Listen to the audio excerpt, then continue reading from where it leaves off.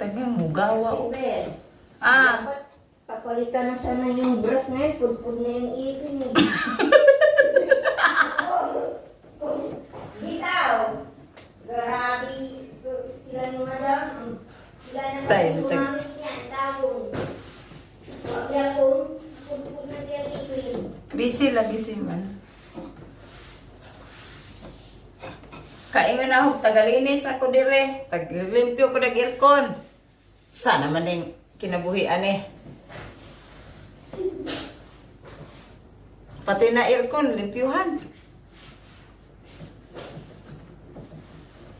Baka mahina na yung aircon niya.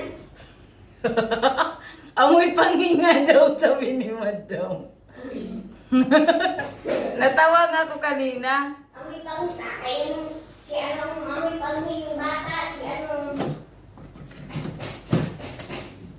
Yun si anong... Aray, ginoo ko. Tang kinabuhi ng OFW ba?